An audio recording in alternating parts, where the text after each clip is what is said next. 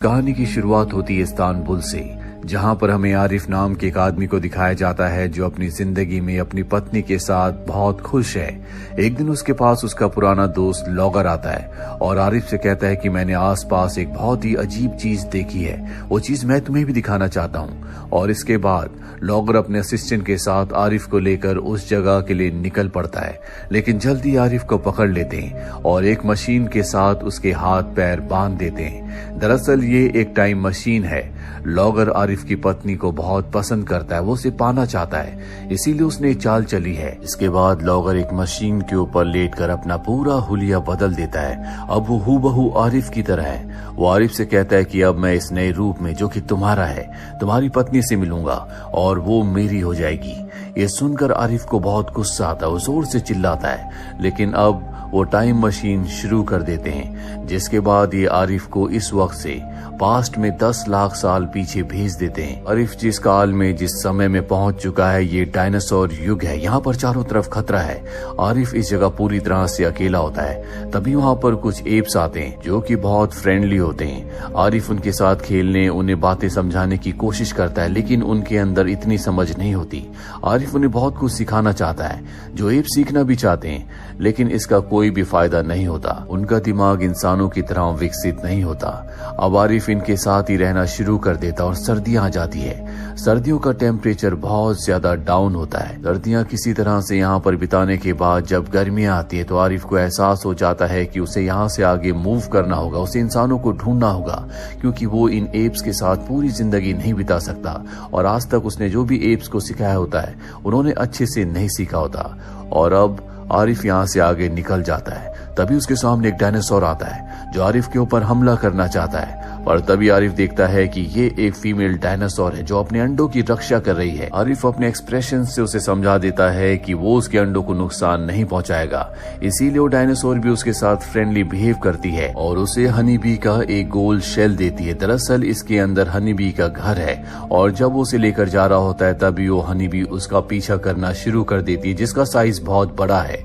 दरअसल ये बहुत पुराना वक्त है और इस वक्त में हर किसी का साइज बहुत बड़ा था। आरिफ अपनी जान बचाने के लिए उस हनी बी से भागता है और वो एक पेड़ के पीछे छुपने में कामयाब भी हो जाता है, लेकिन हनी बी ने उसे डंक मार दिया था, इसीलिए वो बेहोश होने लगता है। अभी वो अपने ऊपर 2 आदिवासियों को देखता है। इससे पहले कि वो उन्हें कुछ कह पाता, वो आदिवासी उसे बेहोश करके अपने साथ ले जाते हैं। आरिफ की जब आंखें खुलती है तो वो देखता है कि वो एक गुफा में, उसके चारों तरफ बहुत सारे आदिवासी हैं जो उससे डर रहे होते हैं, क्योंकि उसके कपड़े, उसका हर एक चीज उनसे बहुत अलग होता है। साथ ही आरिफ को मारने की तैयारी भी कर रहे होते हैं, लेकिन आरिफ इन लोगों की भाषा को जानता है। आरिफ इनके सरदार से कहता है कि मैं भविष्य से आया हूँ, मैं तुम जैसा ही आम इंसान हूँ। वो उन्हें कन्विंस्ड कर लेता है और तभी यहाँ पर दूसरे कबीले का सरदार अपने लोगों के साथ आ जाता है, जिस सरदार का नाम कारगा है।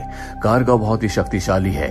वो इस कबीले के साथ हमेशा ज्यादती करता है। वो यहाँ के लोगों को पकड़ कर ले जाता है, उन्हें मारता है, साथ ही इनकी चीजों को, सामान को भी छीन लेता है। और अब कारगा यहाँ पर अपने लोगों के साथ इस कबीले में यहाँ के 3 सबसे स्ट्रॉन्ग लोगों को लेने के लिए आया है और उन तीनों में वो आरिफ को भी चुन लेता है। हालांकि आरिफ नहीं जाना चाहता, लेकिन वो आरिफ को बेहोश करके अपने साथ ले जाते हैं। जब कारगा का कबीला अपने कबीले की तरफ जा रहा होता है तभी कारगा का एक आदमी पत्थर से टकराकर नीचे गिर जाता है, जिससे उसका हाथ टूट जाता है। इस वक्त मेडिकल साइंस पूरी तरह से जीरो था।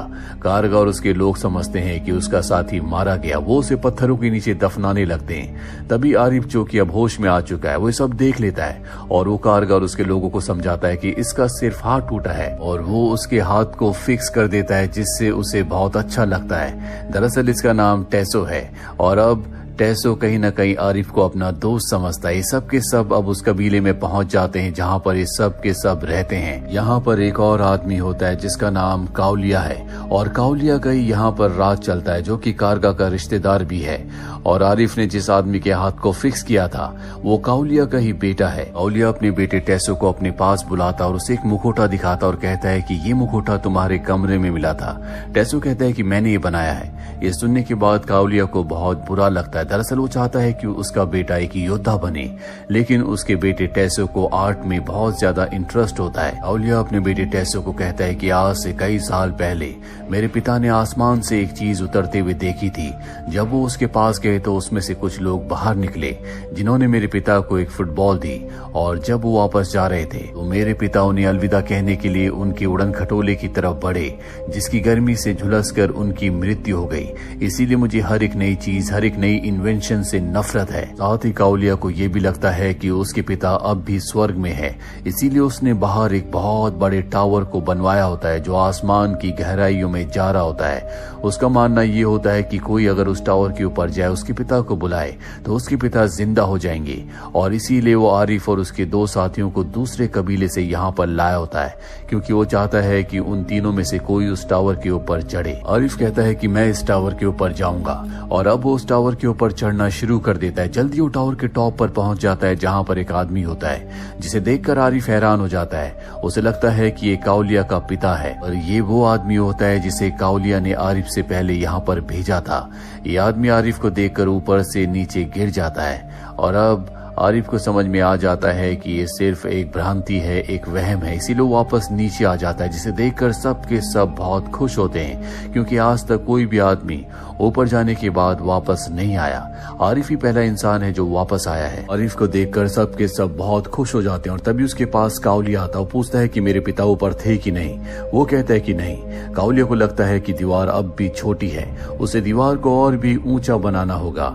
साथ ही वो आरिफ को माफ कर देता है, क्योंकि वो ऊपर से आने वाला पहला इंसान है। यहाँ पर काउलिया का बेटा टेसो उसका एक चित्र भी बनाता है, क्योंकि उसने बहुत ही बहादुरी का काम किया है, जिसकी आरिफ बहुत तारीफ करता है। और इसके बाद टेसो उसे अपनी सारी चित्रकारी दिखाता है, जिससे कि आरिफ बहुत ज्यादा इम्प्रेस हो जाता है। साथ ही वो अपनी पीठ पर उसे एक लड़की का टैटू भी दिखाता है, जिससे वो प्यार करता है। इस लड़की का नाम मिमी है, जो कि दूसरे कबीले की है।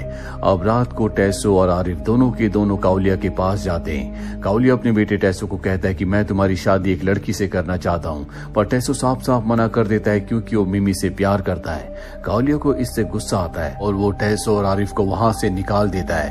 और अब टेसो और आरिफ उसी कबीले की तरफ जा रहे होते हैं जहां से ये आरिफ को पकड़ कर लाए थे, क्योंकि मिमी उसी कबीले के लीडर की बेटी है, जो कि टेसो को बिल्कुल पसंद नहीं करती, क्योंकि उसके पिता सब पर जुल्म करते हैं। और जब आरिफ मिमी को टेसो की पीठ पर उसी का टैटू दिखाता है, तो उसकी सोच उसके लिए पूरी तरह से बदल जाती है, और अब ये सब के सब मिमी के कबीले में वापस आ जाते हैं, जहाँ पर आरिफ सबको अपनी सच्चाई बताता और कहता है कि मैं भविष्य से यहाँ पर आया हूँ, यानी कि 10 लाख साल आगे से यहाँ आया हूँ, और मैं चाहता हूँ कि यहाँ की जिंदगी भी बेहतर बन सके, जिसके लिए हम टेक्नोलॉजी का इस्तेमाल करेंगे।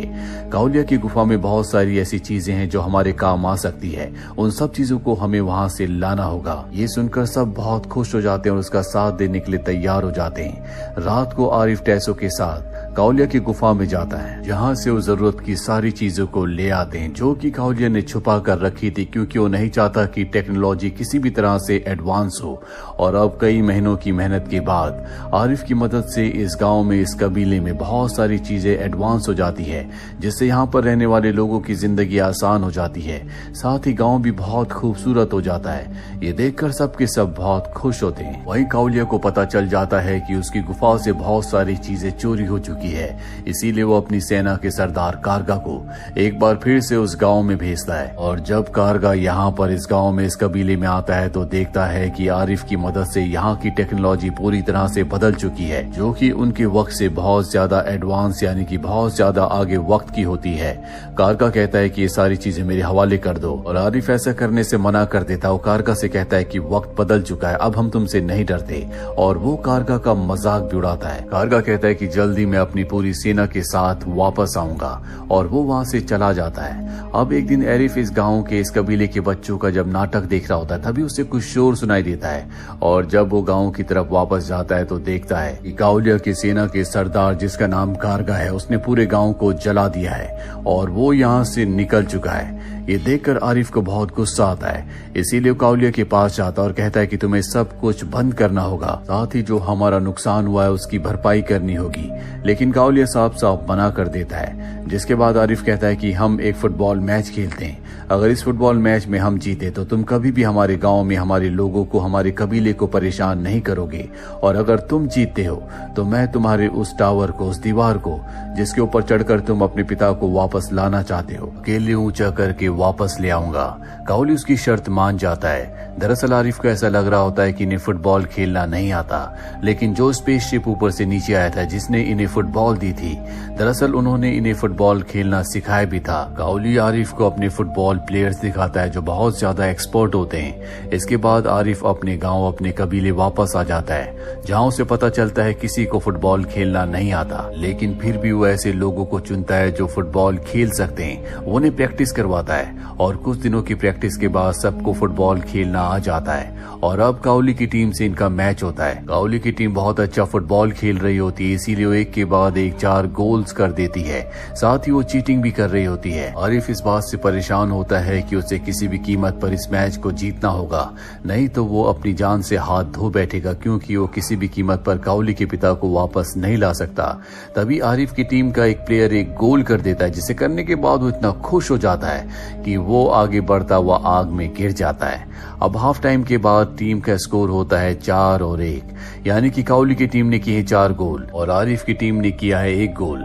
हाफ टाइम के बाद एक बार फिर से मैच शुरू होता है और अब आरिफ बहुत अच्छा परफॉर्म करता है। वो एक के बाद एक 3 और गोल्स कर देता है, जिससे स्कोर 4-4 की बराबरी में आ जाता है और अब इन्हें जीतने के लिए सिर्फ 1 गोल करना है। और जब आरिफ की टीम का एक प्लेयर गोल करने वाला होता है, जिसके लिए ऊपर उड़ता है, तभी वहां पर एक उड़ने वाला डायनासोर आता है और उसे पकड़कर अपने साथ ले जाता है, जिस पर काउली की टीम आरिफ की टीम का मजाक उड़ाती है। ऐसो को इससे गुस्सा आता है और वो काउली की टीम के एक प्लेयर को अपना हेड मार देता है, जिससे उन्हें पेनल्टी मिलती है।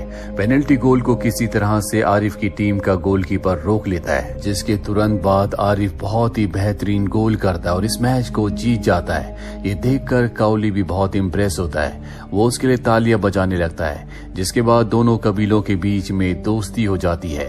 और तभी यहाँ पर एक पोर्टल खुलता है, जिस पोर्टल के अंदर से आरिफ की पत्नी बाहर निकलती है, जो आरिफ को बताती है कि मैंने इंटरनेट पर एक वीडियो देखा था जिसमें आर्कियोलॉजिस्ट को 10 साल पुरानी एक रिंग और एक घड़ी मिली थी, जो कि तुम्हारी थी। साथ ही पत्थर पर जो तुमने अपना नाम लिखा था वो भी आर्कियोलॉजिस्ट को मिला था। इसके बाद मेरे घर पर लोगर आया, हालांकि वो तुम्हारे भेष में था, लेकिन उसने अपनी आंख का एक लेंस कहीं गिरा दिया था, जिससे मैं उसे पहचान गई।